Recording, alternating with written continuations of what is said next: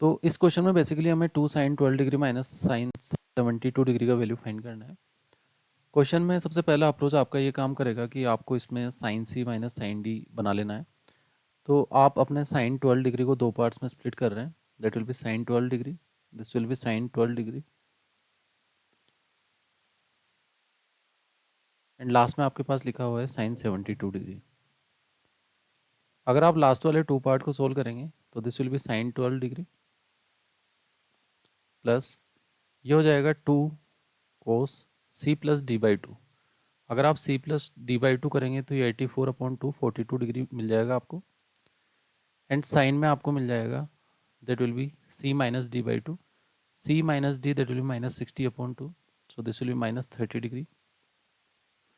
Next step में आपको sign minus theta दिया हुआ है तो आप नेगेटिव को बाहर ले आएंगे, so this will be sine 12 degree, negative आप करेंगे तो that will be 2 cos 42 degree and sine 30 degree.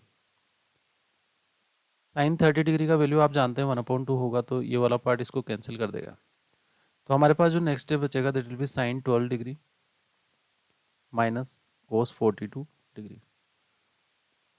हम ये जानते हैं कि अब sine 12 degree and cos 42 degree में तो हम आइडेंटिटी लगा नहीं पाएंगे, तो हम कन्वर्ट कर लेते हैं इसको भी साइन की टर्म्स में। तो first will be sine 12 degree and next will be 90 minus 48 करेंगे तो आपका ये कन्वर्ट हो जाएगा साइन 48 डिग्री।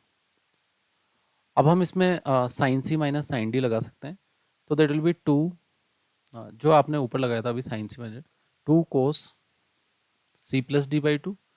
तो C plus D by two आप करेंगे तो आपको 60 मिल जाएगा, 60/2 आपके पास कितना हो जाएगा दैट विल बी 30 डिग्री।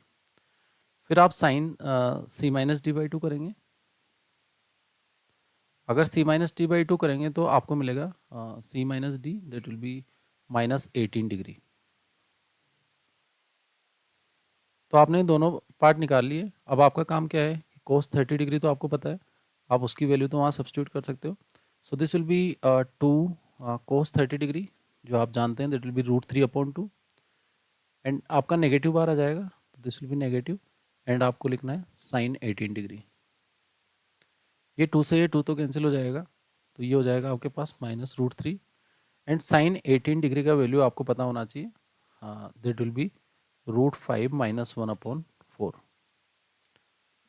तो अगर मैं नेगेटिव से मल्टीप्लाई करके इस वाले पार्ट को लिखता हूँ तो दैट विल बी √3 1 माइनस √5/4, और यही आपका फाइनल आंसर हो जाएगा। तो आप कौन सा ऑप्शन आपका ठीक होगा, that will B fourth option, fourth will be the correct answer. तो इस तरीके से आप इस क्वेश्चन को सोल्व